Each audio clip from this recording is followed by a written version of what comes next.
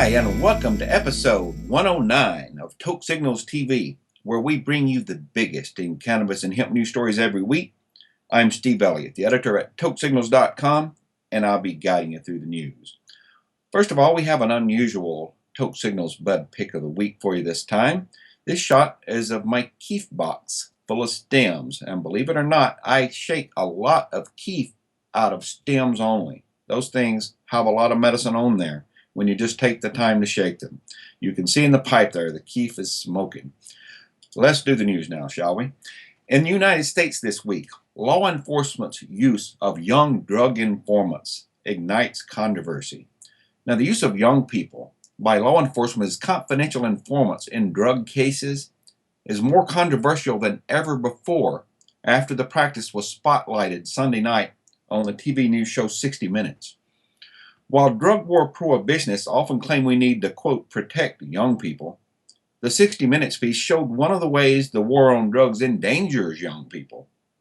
The TV news show shows young people who were arrested for small amounts of cannabis or ecstasy, who were then threatened with years in prison unless they turned and worked as confidential informants, CIs. A number of these informants unfortunately end up in life-threatening situations or are pressured into lying at the expense of innocent people to reduce their own punishments. Up to 80% of all drug cases in the United States may be due to information from informants, according to research. And 60 Minutes estimated that 100,000 people are currently working as CIs in the U.S. One of the most tragic cases covered is that of Andrew Sadek, a North Dakota college student who was caught selling $80 worth of weed. Police Chief Jason Weber, head of a 4-county drug task force. You know, drug task forces, those infamous entities funded by fat federal grants and composed of gung-ho, pot-hating Rambo wannabe cops.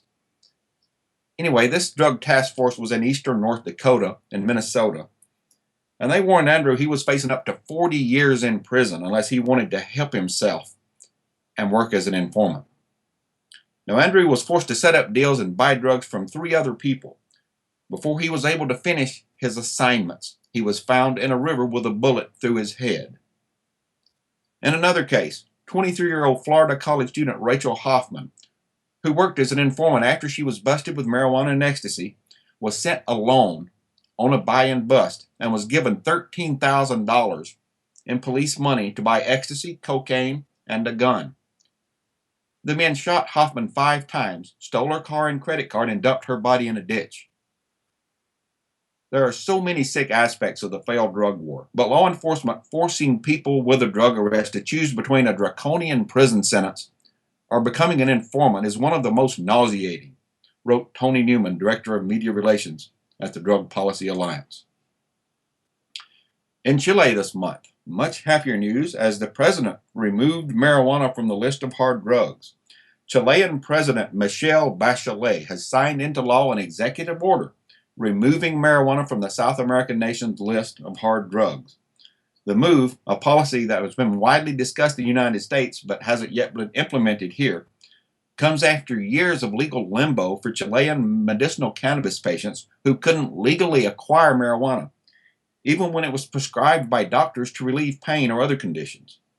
While cannabis has been decriminalized in Chile for some time, users, including even pain patients, have continued to face legal repercussions. As recently as last month, for instance, a mother was separated from her newborn child for smoking weed. "They have violated my rights as a mother," said Cindy Melanie Ortiz. "I used this drug only for the pain in my arms. It was recommended by a medical professional to me, and I am absolutely not a drug consumer." Ortiz was reunited with her baby after 12 days, but only under strict conditions. Bachelet's executive action will probably help remove some red tape from the medical marijuana system. It could also coincide with a legislative push to legalize cannabis recreationally in Chile. In Illinois this week, a bill was introduced to remove criminal penalties for marijuana possession. Representative Kelly Cassidy on Thursday announced that she is introducing new legislation for 2016 that would replace criminal penalties with a civil fine for possession of a personal amount of marijuana in Illinois. House Bill 4357 would make possession of up to 10 grams of marijuana a civil violation punishable by a fine. Adults would no longer face time in jail, and the civil offense would be automatically expunged in order to prevent a permanent criminal record. The proposal largely mirrors legislation previously introduced by Representative Cassidy that was approved in the Senate on May 21st and in the House on April 23rd, as well as the amendments proposed by Governor Bruce Rauner when he vetoed the bill and returned it to the legislature on August 14th. This is a reasonable proposal that is long overdue, Representative Cassidy said. It needs to happen, and I am hopeful that we can make it happen quickly, since it's already such familiar territory for legislators and the governor. Members of the Illinois faith community joined Representative Cassidy at the news conference to voice support for the bill. More than 50 clergy from around the state have signed a religious declaration of clergy for a new drug policy, which includes support for civil rather than criminal sanctions for marijuana possession. When members of our communities are saddled with criminal records for possession, it hurts future job, housing, and educational prospects, said Reverend Alexander E. Sharp, Executive Director of Clergy for a New Drug Policy. Individuals become marked for life, he said. We know from experience here and across the country that harsh marijuana penalties don't deter use. They just hurt our communities when individuals' lives are harmed from life-altering criminal records. Now, under current Illinois law, possession of up to 2.5 grams of marijuana is a Class C misdemeanor punishable by up to 30 days in jail and or a fine of up to $1,500.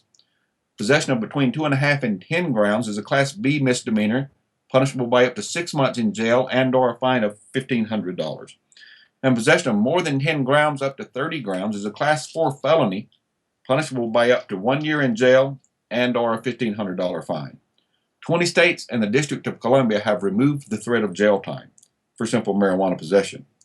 It accomplishes little, if anything, to arrest nearly 50,000 individuals for low-level marijuana use in Illinois each year, said Reverend Myron McCoy, senior minister at the Chicago Temple of the First United Methodist Church.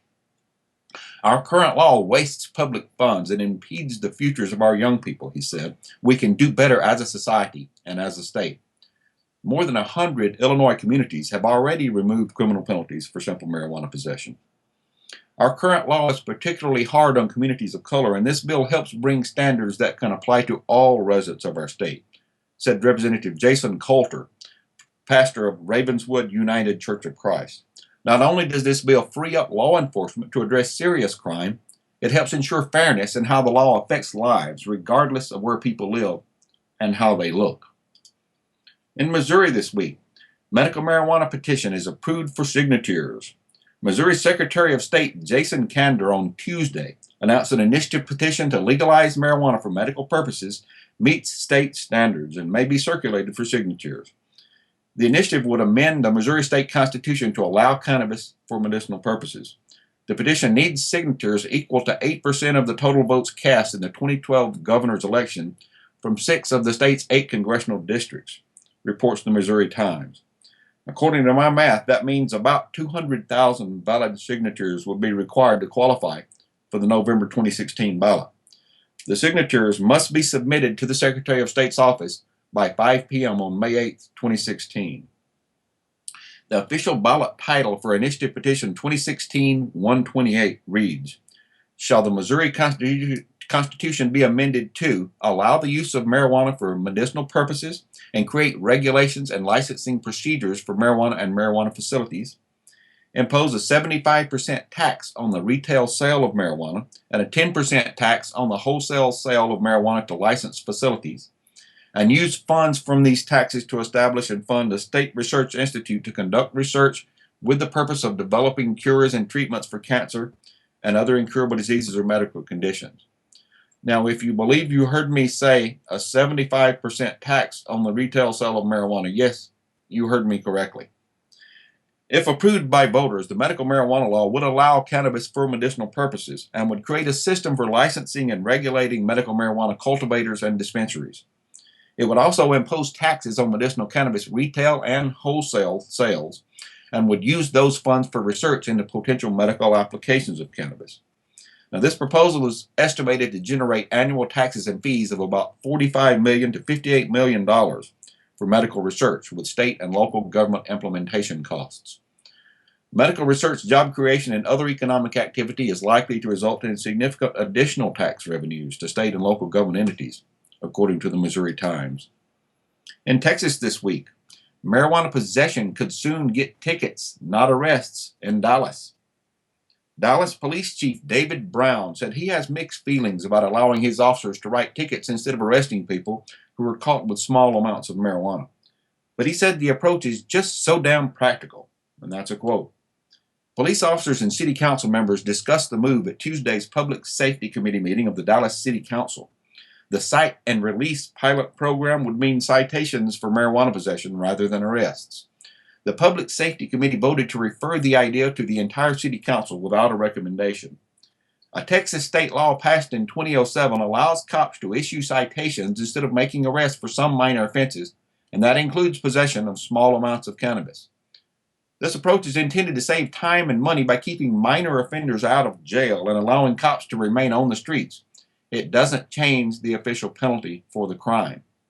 Using cite and release is a no-brainer that would help save time and lower 911 call response times, according to Council Member Philip Kingston. He said it would allow cops to focus on public safety priorities. Kingston said he would legalize marijuana if he could, comparing marijuana possession to jaywalking in terms of seriousness. But Brown said he felt conflicted by that idea. He said marijuana arrests can be a tool to catch and detain suspects for other crimes, a practice which we in the cannabis community have long decried. A person arrested for marijuana is often pressured to become a police informant, he admitted. Still, Brown claimed, it's hard to argue with pure practicality of the cite and release policy. If the pilot program goes forward, Dallas police will issue a summons with a court date to those caught with marijuana. Suspects would need to show valid state-issued ID, have no convictions to enhance the charge, and provide a thumbprint and a signature to be released. The suspect would not be booked into jail, but would be required to appear in court for sentencing. If the person misses their court date, a warrant would be issued for their arrest. Other law enforcement agencies around Texas have adopted cite and release policies, including Austin Police and the Sheriff's Departments of Travis County and Hays County, Texas. In Indiana this week, more law enforcement troubles. A sheriff's deputy was arrested for meth and selling marijuana. A Marion County, Indiana sheriff's deputy was arrested on charges of possessing methamphetamine and dealing marijuana with the help of a confidential informant, police said last month. Jed Adams, canine handler and a 7-year veteran of the sheriff's department, was arrested after an informant set up a meeting with Adams, according to the Plainfield Police Department. Police said Adams showed up for the meeting and supplied the informant with illegal drugs. Adams is also facing a preliminary charge of official misconduct. Sheriff John Layton fired Adams' ass, the department announced in a press release, although they didn't put it exactly that way. Finally this week, in Uruguay, 3 types of marijuana will be available in pharmacies next year. Adults in Uruguay will be able to choose from 3 varieties of marijuana when it starts being sold in state-licensed pharmacies next year, the Uruguay National Drug Board announced on Saturday. Each strain will have different levels of THC and CBD, according to Drug Board President Milton Romani. There will be 3 options with indications about the effects of each that point beginners towards starting with the lowest level of THC, Romani told Reuters on the sidelines of the marijuana forum Expo Cannabis 2015. Romani wouldn't identify the 3 cannabis varieties which will be available in pharmacies. Uruguay in 2013 became the first nation in modern times to legalize the cultivation and sale of cannabis. Authorities have developed genetically distinct plants in an attempt to stymie the black market and keep legal weed from leaving Uruguay's borders, according to Romani. The government said registered cannabis users will be able to buy weed at pharmacies by mid-2016, when the country's 2 licensed growers start selling their first crop of about 4 tons. We want to do things right, and if it takes a bit longer, so be it, Romani said. We have to be very careful with this because any slip-up could ruin an experience that is unique to the world. Marijuana will cost about, get this, $1 per gram, with locals allowed to buy up to 40 grams per month. So far, 3,200 people have registered to grow up to 6 plants each for personal use. Uruguay's pioneering legalization law has drawn worldwide attention at a time when policymakers everywhere are debating the effectiveness of cannabis prohibition. Last month, for instance, Mexican President Enrique Pena Nieto said he would open a national debate to review that country's marijuana laws following a landmark Supreme Court ruling. Hope you decide to join us again next week. Until that time, stay lifted. See you then.